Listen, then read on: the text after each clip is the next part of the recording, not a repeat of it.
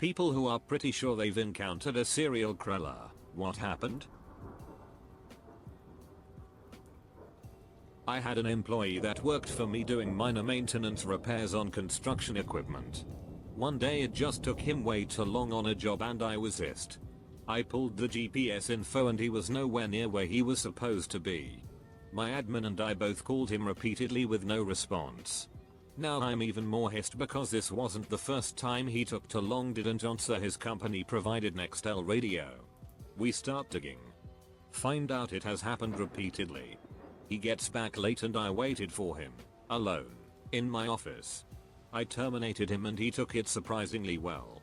Surprised me because I dealt with a ton of BS as a woman working in a male-dominated field and company.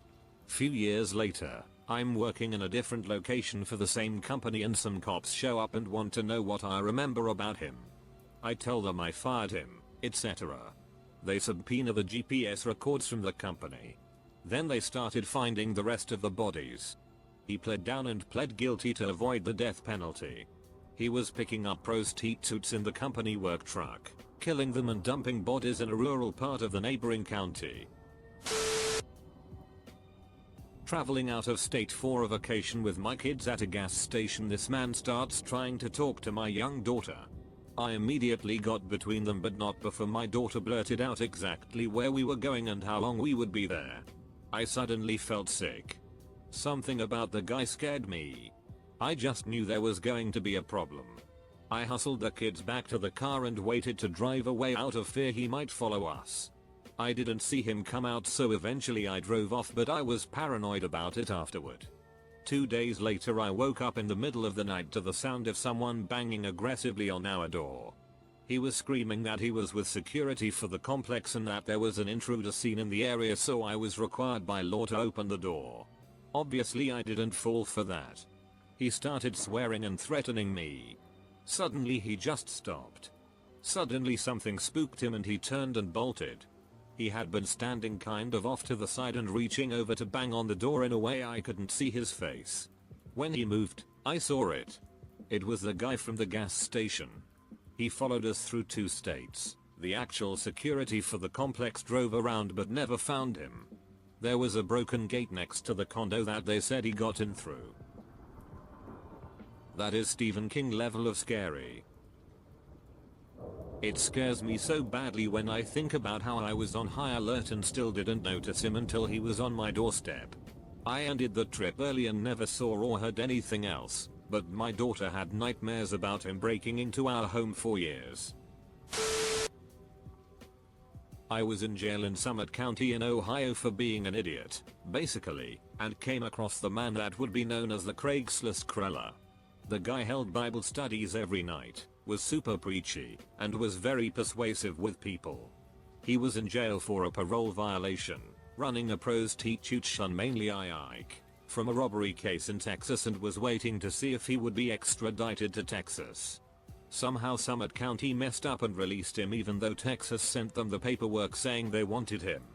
He and the kid he had been partnering with had already killed multiple people, and when he was released they failed to kill another person and were caught. Saw his face in the paper about a month later and was like, holy shit, I was in jail with that guy Mayo. As a youngster, my parents told me the time my father met Ted Bundy. He was walking into my mom's workplace as Bundy was walking out.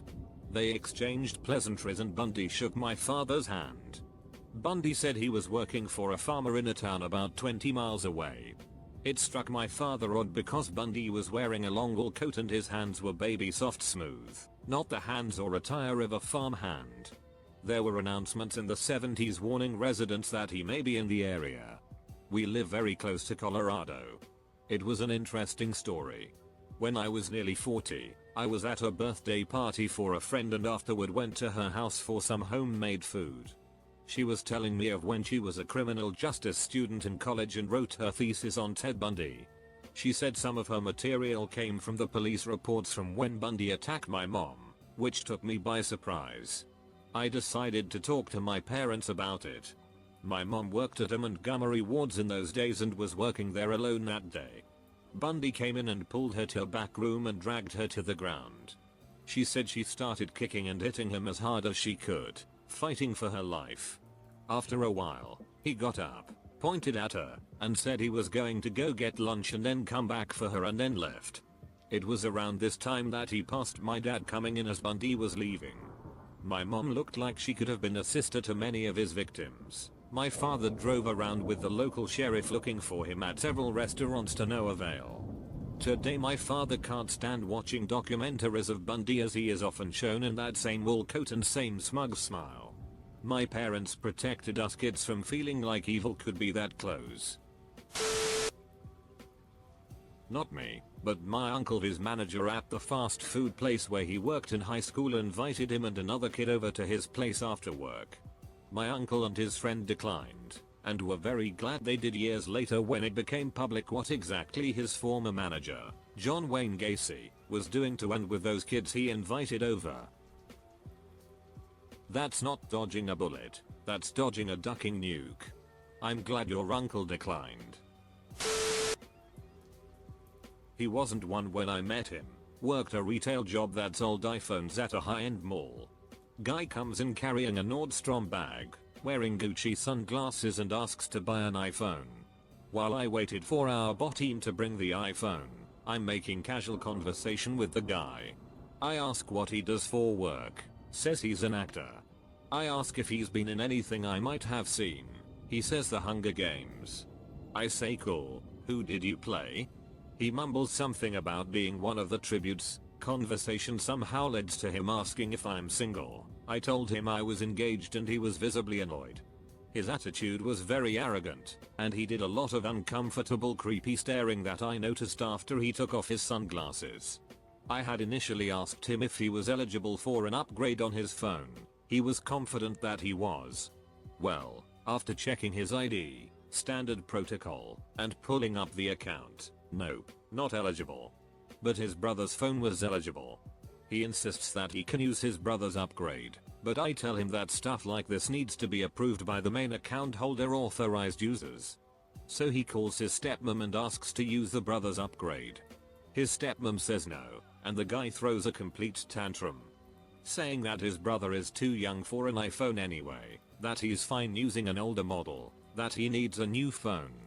Stepmom doesn't budge. Yet I'm stuck there for at least 20 minutes while this guy yells at his stepmom trying desperately to get his way. He leaves in a huff and I'm so relieved to get away from this entitled brick. The guy was Elliot Roger. I'm definitely sure I have because my cousin is one. We were quite close, before it was revealed to me and the rest of our family that he is a monster, and our last encounter was in September 2020, when he hugged and consoled me at my dad's viewing. His death wasn't related to the cousin. Roughly 6 weeks later he killed his final victim and was arrested 2 weeks after that. That's when we all found out the truth about him. The fact that he consoled you about your father's death makes the whole thing even more terrifying. I know serial killers can be charming, but it's absolutely bizarre to think that someone is capable of having that much empathy with no clear personal motive, in between killing strangers. I know. He also referred to my brother as his little buddy and they were particularly close, which now makes me so angry because my brother is autistic, as was his final victim. 2 of the others had unspecific learning difficulties. I also set him up with a close friend of mine who fits in his victim pool, but thank God he didn't kill her. I assume it's because that would have been too close to home to get away with. Wow. Did you ever find out why he did it? He didn't seem to have a real motive. There's an audio recording somewhere online of an interview with him talking about his first victim. He had apparently been wondering what it felt like to kill someone and decided to go for it one day while out in the woods with a friend. Saw a weapon of opportunity, a thick heavy branch or something, and struck his friend in the back of the head with it while walking behind him. Repeatedly hit him until he died. He described it as the most intense high you could ever experience, so I assume that was his reason for continuing. He claimed the next 2 had been killed during an argument, so I guess that's a weak excuse for a motive, but the last victim did literally nothing to upset him or anything. So he just wanted to kill someone. He met her on a dating app, and seemed like he was looking for vulnerable naive women when he found her. I was once sat in my car at the back of a country lane car park eating pizza in the dark with a friend. No street lights and just woods surrounding. Finished up and turned on the headlights and all we could see was a man army crawling towards the car. Was a few meters away.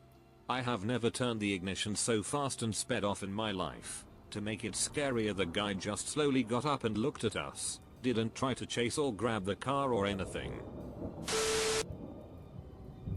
Back in the summer of 2005 or 2006, I was employed by the National Park Service in Washington State. After spending 8 days conducting trail work in and around Glacier Meadows in the Hoh Rainforest, we began the long hike back to the trailhead. My coworker was hiking ahead of me by roughly 5 minutes, setting a brisk pace as we made our way down the trail. As I descended a particularly steep switchback, I noticed my coworker engaged in a heated argument with a man he had just encountered. I paused at the top of the switchback, trying to discern what was happening below. The man, dressed in jeans and a tank top and carrying a fishing pole, seemed to be heading towards one of the subalpine lakes, likely to fish. His attire was unusual for someone about 10 miles from the trailhead. No backpack, water, or gear, which made him stand out even more. From a distance, I could see the man was visibly agitated, gesturing aggressively as he spoke. When I caught up to them, my coworker briefly explained that the man was furious because he believed my coworker should have stepped aside to let him pass, adhering to the unspoken trail etiquette of yielding to those hiking uphill. As soon as the man saw me approaching, his demeanor changed drastically. His aggression faded, and he immediately ceased his argument. He walked past me without making eye contact, his earlier hostility replaced by a sudden desire to leave the encounter behind. The entire situation was unsettling, but we shrugged it off and continued our hike back to the trailhead. Years later, in a moment that brought that strange encounter rushing back, my coworker called. He had been watching a news story about a murder in Alaska and found something disturbingly familiar about the suspect involved. Without revealing any specifics of the case or our encounter, he emailed me a photo of the suspect and asked me what I thought. As soon as I opened the email, my heart skipped a beat. The face staring back at me was unmistakably that of the man we had met on the trail years before. The man who had seemed so unnerved by my presence during that argument was now identified as Israel Keys. I was a brand new parent and trying to be a good husband by getting up with my daughter when she cried at night. I remember rubbing the sleep out of my eyes as I looked at the clock and noting that it was around 3:30 a.m. I laid down on the couch with her on my chest as she slowly quieted down and drifted back off to baby sleep. I always leave my porch light on as a security measure, and this night was no different. I was just about to take my daughter back to her crib when I heard a knock at the door. I tried to ignore it, but 2 more knocks came in succession with a plea for help. I took my daughter back to my wife and shut their door. She was kind of hissed until I explained what was going on. Through the window I saw a relic from the 1970s. A white dude fro accompanied by some wire-rimmed glasses. He was wearing a nasty shirt and dirty jeans. He knocked again and gave another plea for help. There was no car around, so he obviously arrived on foot. I finally asked him what he needed, through the locked door, and he responded that he was injured and needed medical attention. I knew that was a lie. I lived a half block from the town hospital. You can literally see it from the porch. Just let me come in and use the phone, he insisted as he tried the door handle. I told him I'd do him one better. I would call the police for him. I did so, and as I was calling he bolted. My mom, back in the late 80s, she was driving home from work late at night. She thought it was just her. Then out of nowhere a car rear-ends the back of her car, but from a rolling speed, hardly any suspected damage at all. She was more confused as to how she didn't notice a car was even behind her before that. The light is still red, so she's not going anywhere. The man gets out of the car, stands outside her door and says with a flat tone, "I hit your car. Open your door so I can get your information from you. Call it premonition or whatever." The shudder that went down my mom's spine was the deciding factor that told her to drive away. She said no thank you and just drove away. My grandparents took me on a road trip and stopped in Shreveport to gamble. I sat on a bench and read for hours. Sounds sheety, but my attention span wasn't completely fried at that point and I was happy to read as long as anyone would let me. Another kid a couple of years younger was in the same situation, but he was not a reader. We start talking and eventually he starts telling me about the neighborhood animals he's tortured and killed. Cats, dogs, wild animals. He was an equal opportunity monster. Might have just been trying to impress a stranger. Might currently have a crawl space packed with bodies. Who knows? Okay. One time it was driving home from the bar late one night. This car was behind, flashing his brights on and off. I pulled up to my driveway and he stopped behind me. He said he was a peace officer and showed his badge. He said he needed me to follow him home because he told his wife he was out with a friend and wanted to show his wife his friend so she didn't think he was lying. I immediately said no and he was so persistent. Mind you, this was at 3 AM. I asked, "What the duck were you doing that you lied to your wife and followed a complete stranger home?" I said no again and went inside my home. I still think about that night. What a ducking creep. I once had a job where I got off at midnight. One night as I was driving home, a police cat behind me turned its lights on for me to pull over. This was on a dark stretch of road that ran next to a small private airport. I put in my hazard lights and slowed down, but I didn't stop until I reached an area that was well lit. I pulled into the parking lot of a Burger King and parked under the street light. The cop came over and asked me a few questions and let me go. He didn't even ask me for my driver's license. I'm as convinced now as I was back then that he was up to some shady business and I likely would have been raped if not even murdered had I pulled over on that dark stretch of road. It was only a few 2-3 minutes from the call center where I worked. I met the murderer of Grace Millane, not a serial killer, but on the day he was figuring out how to hide the body. So the night after he killed her, he came into the block of shops I was working at and was looking for a suitcase. He stopped by my store and asked and didn't buy them, so went the warehouse next to me. That week I got stopped numerous times going home as the police were looking for a shovel. Coming to find out the shovel was across our store at the car wash as he left it there. I even talked to the employee and was wondering why there was a muddy shovel left it in one of his slots. You can see on videos him taking the suitcase in the elevator, which was bought in the store next to mine. The fact that he looked normal, acted normal and bought all these things still spooks me. You would never know. Poor girl. I 100% encountered a serial killer almost daily on my way to work. For about 2 years we worked on the same street. I always smiled and waved at him and he seemed perfectly nice. Meanwhile, turns out he'd raped a bunch of women and murdered at least 3 of them. After one girl disappeared and her body was found a couple of months later, the whole town was on high alert for whoever this murderer was, and here I was cluelessly worshipping him regularly pretty much right up until he was arrested. It doesn't give me a lot of confidence in my gut instincts, although to be fair, a lot of people who knew him a lot better than I did also had absolutely no suspicions about him. Apparently there was a bit of a Jekyll and Hyde thing going on there. Not exactly a serial killer, but when I was about 7, my sister and I became convinced our neighbor was a serial killer because he was coming and going all hours of the night and constantly had his bathroom light on. My bedroom window had a view of the side of his house, so we wrote all our evidence on my window with expo markers. A few weeks after our investigation began, my dad was out front mowing the lawn early in the morning when the neighbor came out and asked him for a cigarette. My dad said he didn't have one, so the neighbor kept walking. A little while later we heard sirens. There was a man who always walked his little whiner dog around the neighborhood, kind of a local celebrity. He was walking around the apartment complex 2 houses down from us when the neighbor saw him and stabbed him to death.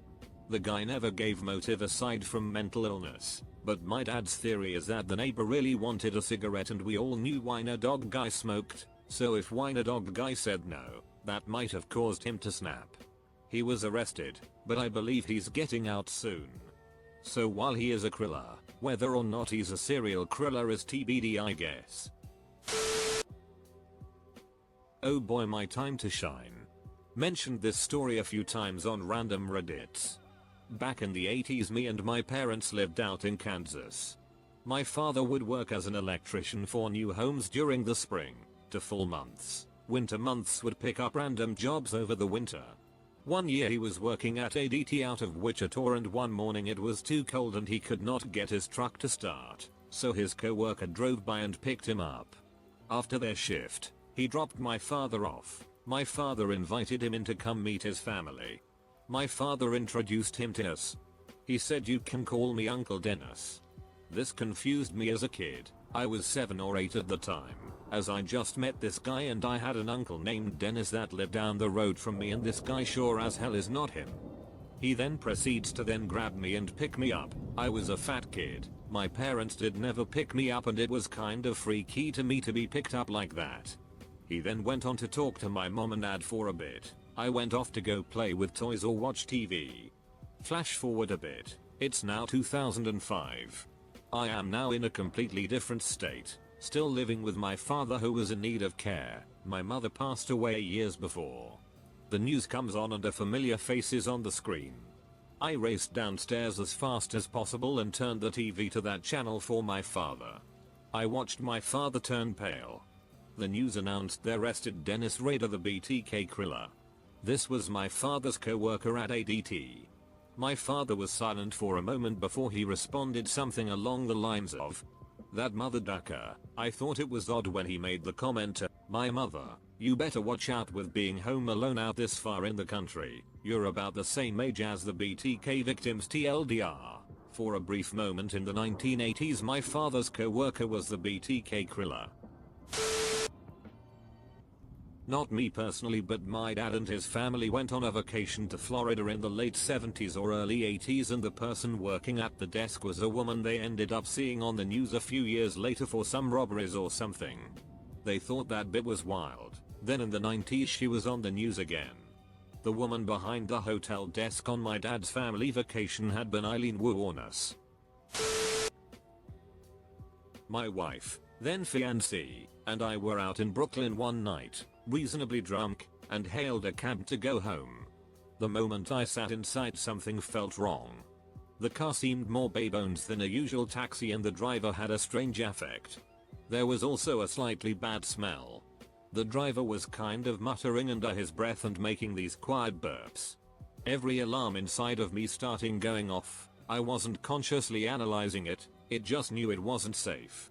The guy starts driving maybe 10 feet, and when I stop him, saying, "Oh shit, I left my bag in the bar," I grabbed my wife and pulled her out of the cab.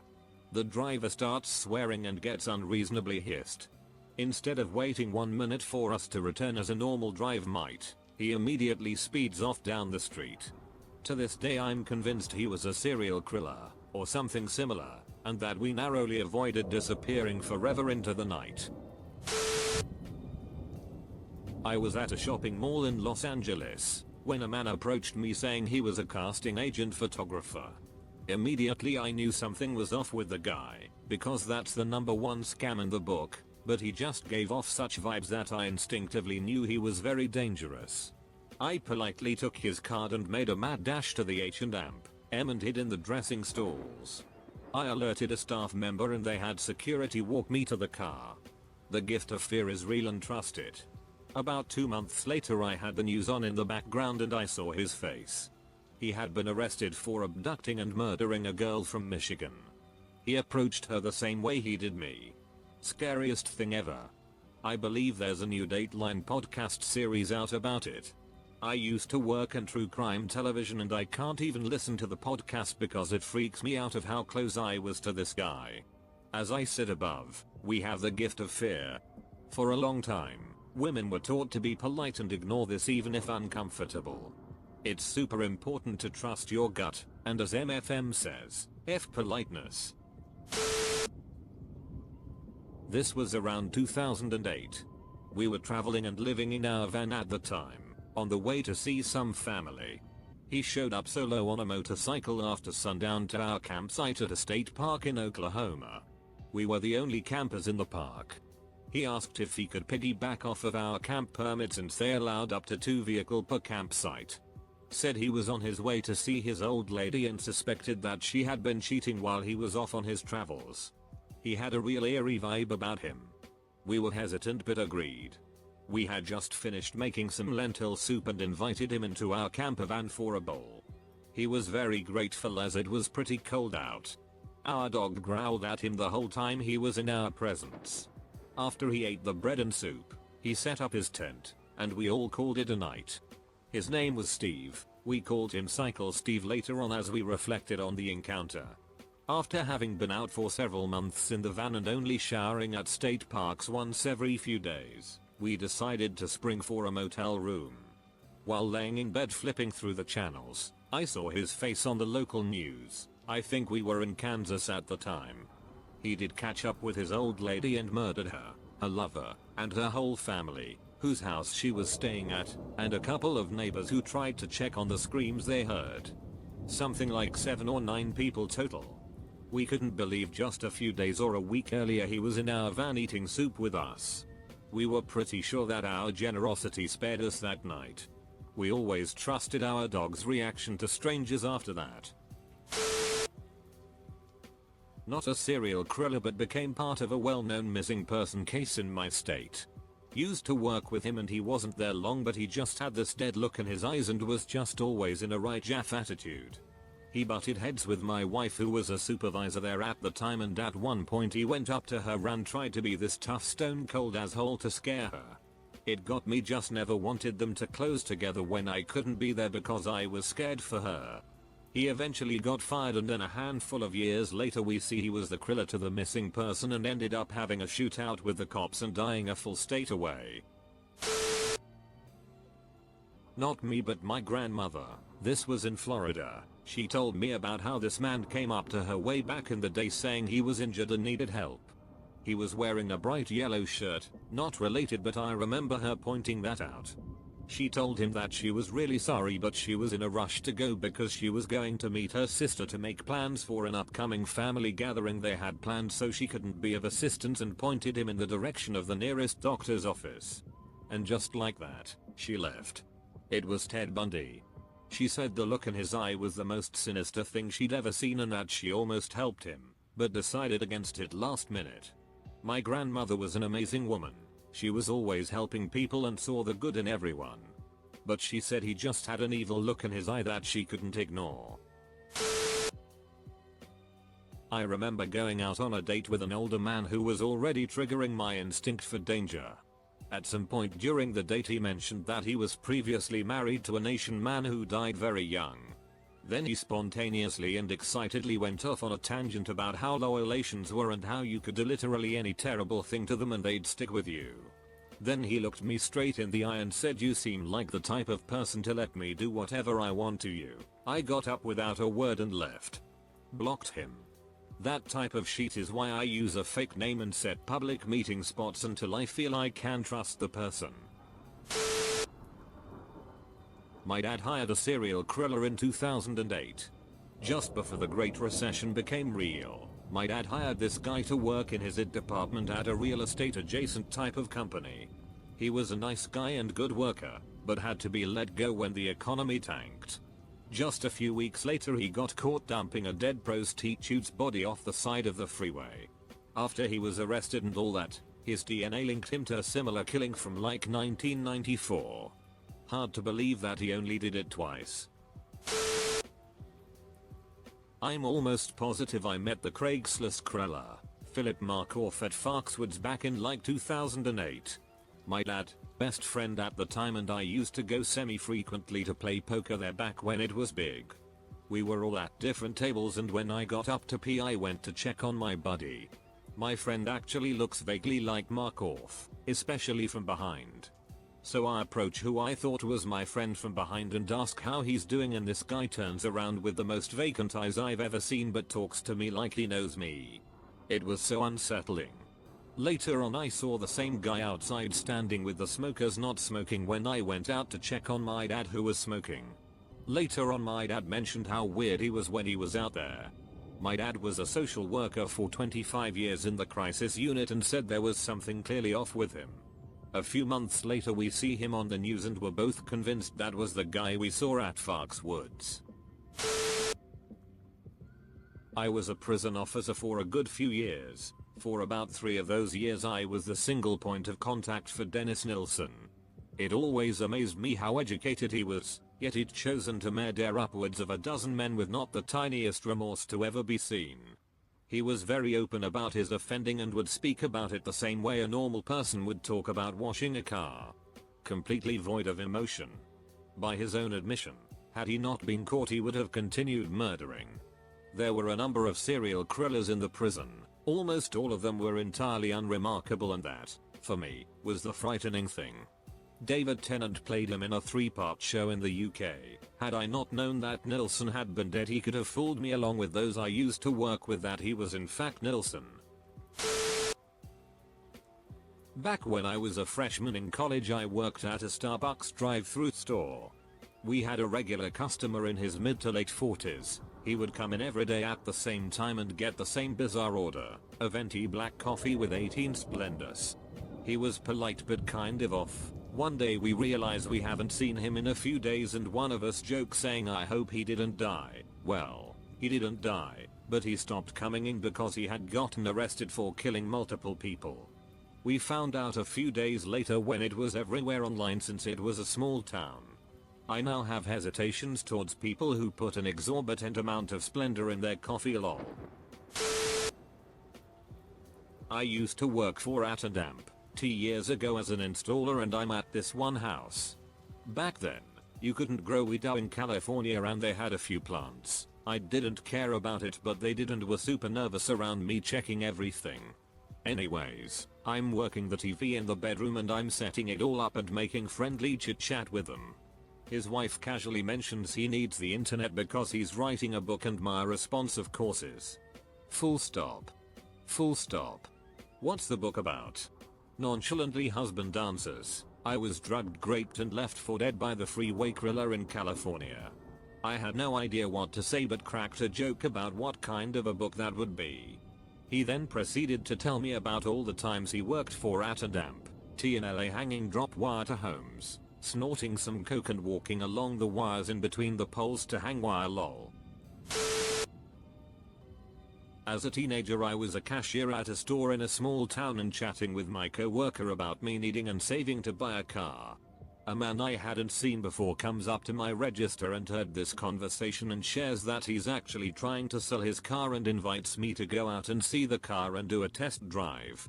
I asked a few questions about the car, as I was stuck at the register, but he was absolutely insistent I go out and just check out the car and we go for a test drive. At first it was friendly, but the intensity of him repeating that I should go out and check the car was steadily increasing.